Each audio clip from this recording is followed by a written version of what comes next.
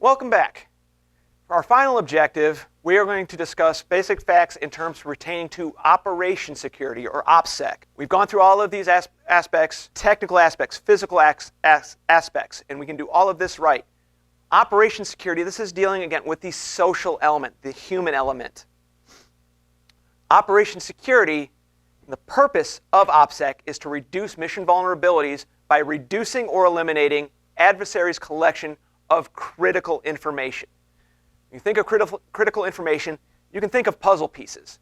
A critical puzzle piece, when you do a jigsaw puzzle, you're looking for the pieces with the flat edges so you can build that frame. You're looking for specific parts of the image which are very distinct because those puzzle pieces are easy to identify. That's what critical information is. If I can gain these primary pieces of a jigsaw puzzle, I get a better overall picture. I can start putting everything together. So OPSEC is a process of identifying, analyzing, and controlling critical information. I don't want to control all information. I want to focus my attentions and work on these critical pieces of information. So critical information indicates our friendly actions, and it's associated with our operations and our activities and our abilities as an operational unit. So we want to identify what actions the enemy can observe just from our day-to-day operations. What can they see from the outside? Once we've determined those actions, we determine the indicators that could be collected and analyzed, interpreted to derive that critical information. But it has to be done in time for it to be useful to them. But once we've identified and we've determined what indicators are there, now we want to select and execute the measures that we can take to reduce or eliminate the vulnerabilities of what we have to do and keep them away from adversaries' exploitation. When we're dealing with OPSEC, OPSEC applies to all activities that prepare, sustain, or employ forces throughout all phases of operations. This is not just the beginning phases of planning and preparing. This is during the actual execution of missions and debriefing it at the end.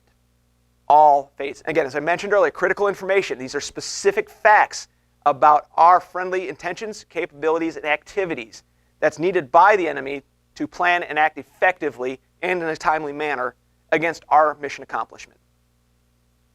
An indicator, just like an indicator on a car. If I'm driving one way and a car's coming at me and they have their turn signal on, and they're giving me an indication of what they're doing and where they're going.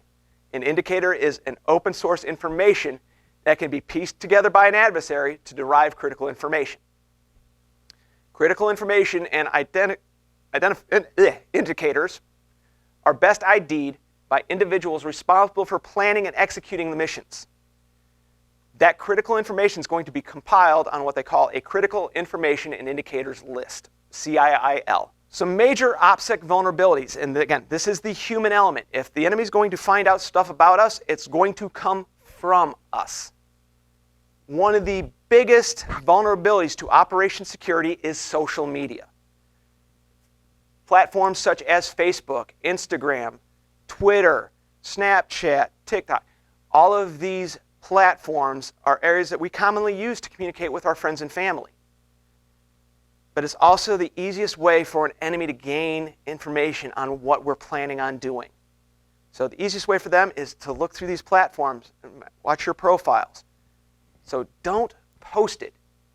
If you're even thinking about, should I do this? The answer is no, don't post it. If you have to have that conversation, try to do it in person. Try to do it over the phone if you have to. And stress the importance of the information that you're passing on to these individuals. Social media is the biggest vulnerability we have. Other areas, other avenues that an enemy can gather data on us is through open conversations. You might go out to lunch with your friends and you're sitting at a table discussing your upcoming deployment or your upcoming TDY or exercise. An enemy could be listening in, and now they have that critical piece of information on what's going on, what you're doing, and where you're going, and how long you're going to be there. So watch your open conversations in public. Critical information. Again, what pieces of information have been identified on that CIIL? Definitely don't be talking or posting that information. Private messaging, text messaging. This stuff is not private. It's subject to intercept. It's subject to being copied and pasted. So do not send information via private message or text messaging. It's not secure. Finally, family and friends. They love us, we love them. But again, if you have to discuss something with family or friends, be very careful about what you tell them, because they aren't cleared. They don't need to know everything. And if you do tell them something like, hey, I'm getting ready to deploy because they're going to want to send you a care package, let them know. Don't tell everybody. Don't tell I'm going to tell grandma, you don't tell her. Make sure you emphasize that. Control it the best you can. These are the biggest vulnerabilities. The human element, you have control over you. So that concludes the security program unit. In the beginning, we discussed information security. Again, security of information. We looked at through basically the lens or the filter of CUI, controlled unclassified information, and different levels of classified information. Confidential, secret, top secret. Then we moved on to computer security. How do we store the information we talked about in InfoSec on devices, such as our computers and our printers? How do we store stuff properly? How do we encrypt it in storage? We moved into Tempest, talked about unintentionally transmitted signals using EMI, which could lead to compromising emanations. We talked about red-black separation as one of our primary controls in limiting Tempest vulnerabilities. Then we moved on to computer security, or communications security. Communication security, this is the stuff we intend to transmit. Use of cryptographic systems, such as TAC lanes. And then we finally moved into Opsec. Again, the human element, talked about the critical information that we want to control and protect, and some of the biggest vulnerabilities that exist to our operation security. Thank you for your time. I hope you enjoyed these videos. Best of luck.